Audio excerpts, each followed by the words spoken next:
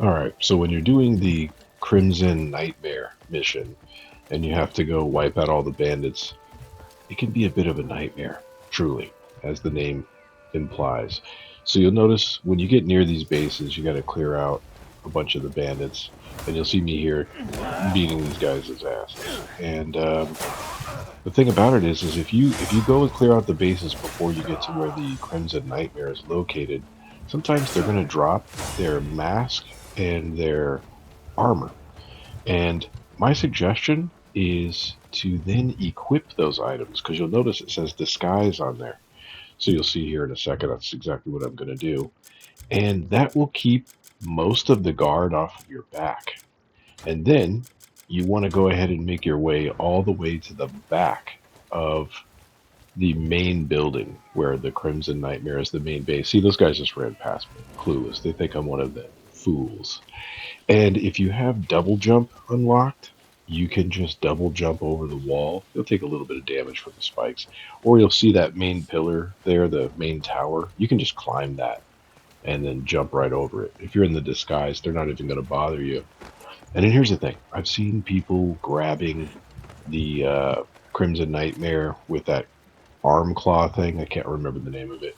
And then pulling it until he comes out of the smoke, lands on the ground, turns yellow, which indicates he's vulnerable. But there's a much easier way. And I've seen a couple other ways.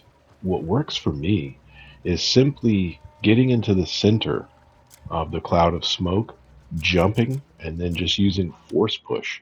It kind of damages him and knocks him down to the ground. You just keep spamming um, that force push, and he'll just hit the ground. Once he's down, you just pummel him as much as you can.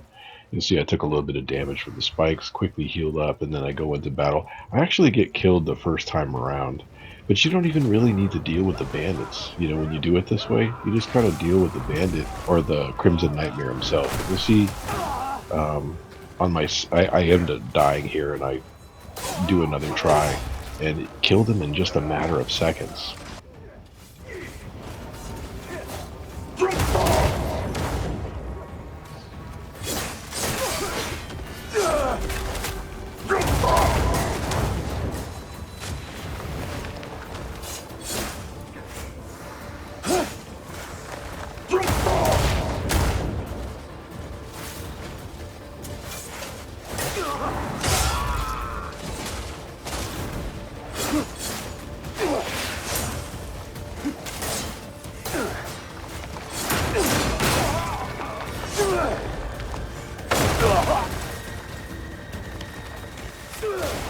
And you notice here, occasionally you'll miss with that force push.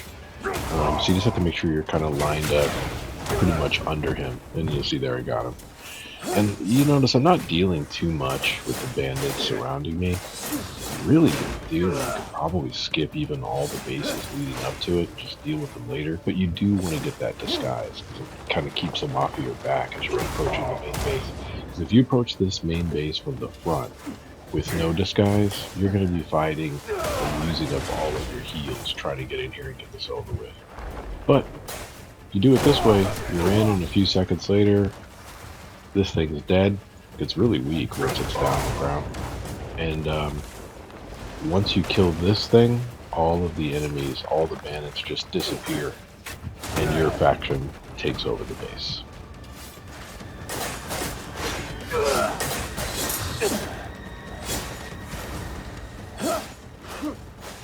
One thing I noticed Come on, man. is, and you hear me kind of get frustrated there when I'm saying, come on, man. One thing I've noticed is when you're fighting that thing, it's not a good idea, I don't think, to lock onto it holding L1. Um, it's better to just spam your attack, heavy attack, and a couple of light ones without using L1 at all. Even though you're going to miss because you're not really locking onto it. And as you can see, if you kill him, all of the enemy bandits just disappear. So let me know if this works for you or if what your favorite approach to this was. Maybe you have something that was even faster. I've seen like at least 4 or 5 different approaches to this particular boss. Hope you enjoyed. If you did, give me a like. I rarely post, but you can give me a subscribe if you like as well.